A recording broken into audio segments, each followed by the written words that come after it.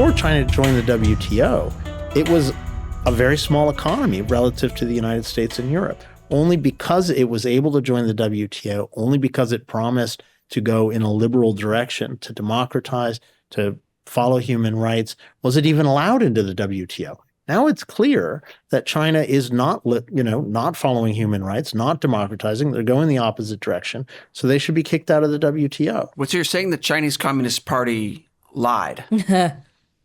Huh. Well, if they are kicked out of the WTO, what practical effect does that have now? Because they needed it, right? Do they still need the WTO? I think they would help to kick them out.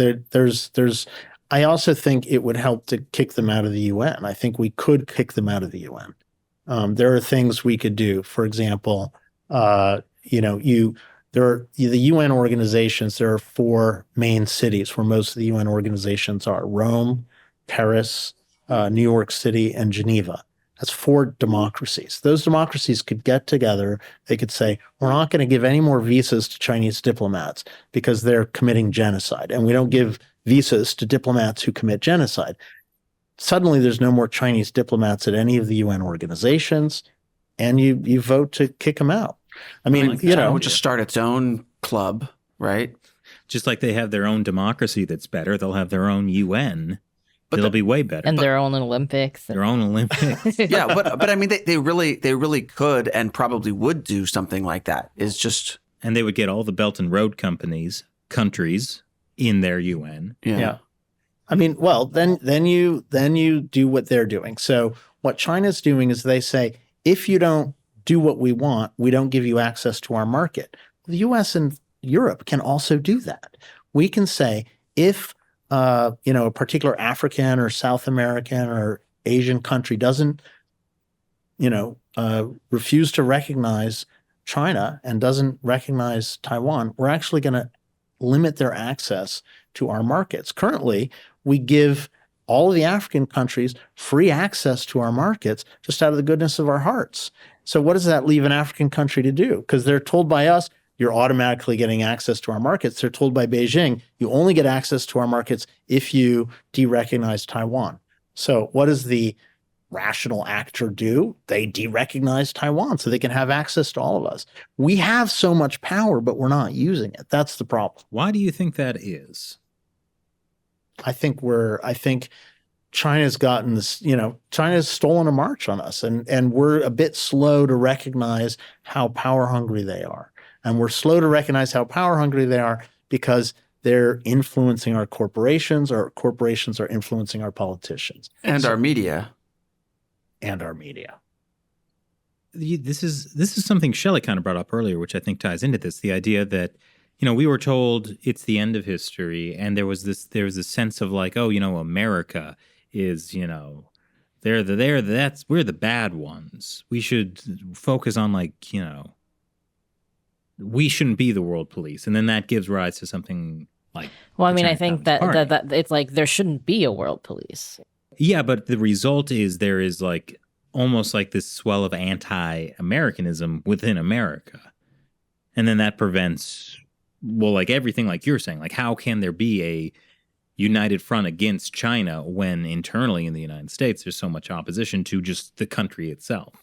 Right. But I mean, this has been a gradual sort of changing thought process. Like in World War II, or say in 1946, right after the war, Americans were like, America is great. Look at what we've done to really help all these countries, avoid this horrible dictatorship, right? And then gradually, and you kind of have these influences like Howard Zinn, the People's History kind of thing, that have basically used exaggerations and some outright lies to just flip this narrative to make it as if, America's this evil imperialist. And then that gets taught, and we've now had really kind of 2 generations, right? And we have people coming up through college in the 60s who then became university professors who taught the next generation who are now the university professors. Who are the politicians and the media right. moguls. So and you go to school for international relations, but you're taught by professors who have been influenced by this very, I would argue it's kind of Marxist as well, right? This sort of people's history type viewpoint, which has really kind of warped what America is and doesn't recognize the kind of values that this country stands for, at least, is supposed to stand for, or what the founding fathers wanted it to stand for. I mean, history is complicated, right? But like when you've changed the mentality of an entire generation, if you asked a bunch of 20-something-year-olds today in America, right, like a lot of them will believe that America is really the worst imperialist. That's true. Yeah, That's true. That's absolutely true. After the Vietnam War, I think there was a massive leftward shift in academia. And then you add to this the growing, Chinese students that come into academia, and all of universities are corporations, and they want Chinese students. They get massive tuitions from Chinese students. And in the 90s and 2000s, and especially now, these big universities can't piss off the Chinese where they lose students. And so you have this, they're very, very slow to recognize the genocide, where they should have been the first ones, because they're the ones who have all the time to study and they know Chinese. And yeah. I mean, like the sort of divest in South Africa during the apartheid came out of universities, right? It was this movement to not invest in South Africa until they ended apartheid. And that was one of the big factors in actually bringing down that sort of racist system. That could happen with China, but it's not. South Africans didn't have a lot of money to spend on tuition in the U.S., but the Chinese do. They also didn't have an entire propaganda system that would call a boycott against China, Asian hate, right? Anti-Asian hate or something like that, like they're using now. Yeah, because we saw with it began the Trump administration, like barring Chinese university students who study at, military universities in China, coming to the U.S. and studying, sensitive military, or in fields that have military application. And that was, unfortunately, this was also something that's kind of parroted in U.S. media, but the idea that this was racist and also that it was a ban on like all Chinese students, or just, there was a lot of bad information going around about that.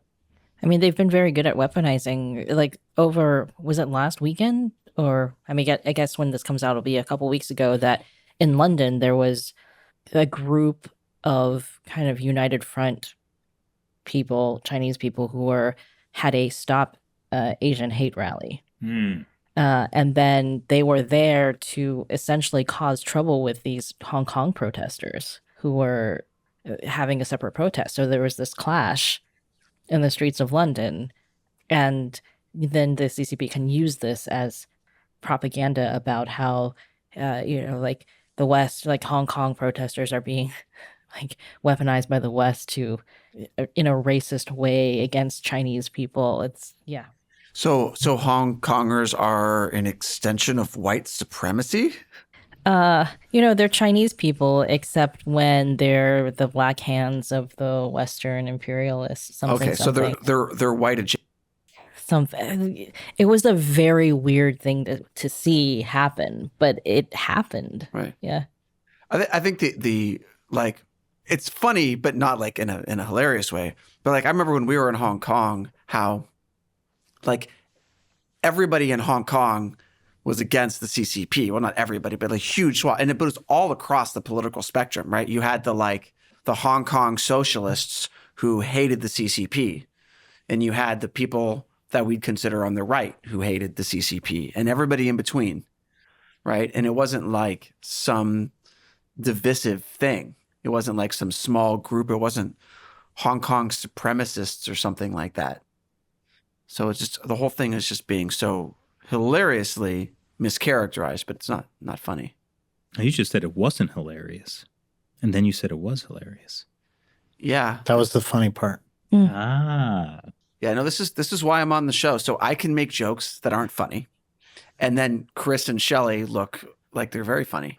You're the straight man. No, I'm the guy who makes bad jokes.